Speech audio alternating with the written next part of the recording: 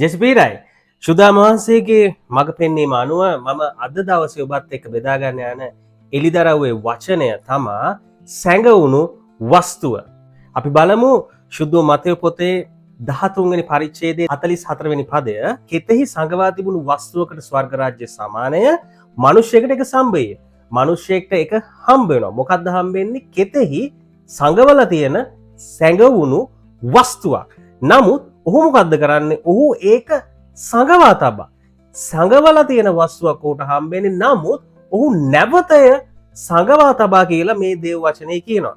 ඒ ගැන සන්තෝෂයෙන් ගොස් ඔහු මොනවද කරන්නේ? ඔහු මේ වස්තුව අරින්නේවත්, ගන්නේවත්, විකුණන්නේවත්, වෙනස් කරන්නේවත් මේ වස්තුව කිසිම දෙයක් ඔහු කරන්නේ නැහැ. ඔහු නැවත ඒ වස්තුව හංගනවා. හංගලා ඔහු සන්තෝෂයෙන් ගොස් තමා සන්තක සියල්ල විකුණා. ඒ කෙත මිලදී ගත්තේ. මොකද මිලදී ගන්නේ? අර සැඟවුණු වස්තුවද කෙතද? ඔහු මිලදී ගන්නේ කෙත. සුදු බයිබලේ එම නැත්නම් දේ වචනේ බොහෝ තැන්වල මේලිදරව්ව මේ රහස ගැබ් වෙලා තියෙනවා.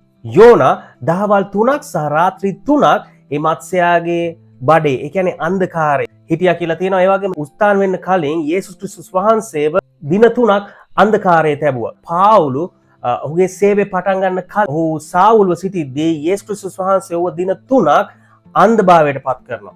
ඒ වගේම යේසුස් ක්‍රිස්තුස් වහන්සේ ඉපදෙන්න කලින් මරියතුමිය තුල ඇගේ ගර්භාෂයේ සිටිනවා. මේ තැන්වල අපි දකිනවා යම් කිසි වස්තුවක් යම් තලයකට එන්න කලින්, උතුම් වෙන්න කලින්, සාක්ෂියක් වෙන්න කලින් කාලයක් අන්ධකාරයේ තියෙනවා.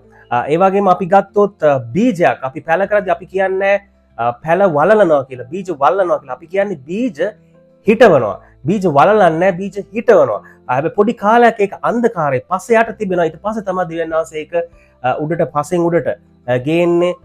ඒක වර්ධනය දෙන්නේ. ඒක අපිට දැකවලා ගන්න පුළුවන්. ඉතින් ඒ වගේ තමයි ඔබගෙත් මේ දේවල් අද දවසේ සැඟවිලා තියෙනවා වෙන්න පුළුවන්. ඔබේ සාක්ෂිය, ඔබගේ සුවය, ඔබගේ මුදල්, ඔබගේ සේවය.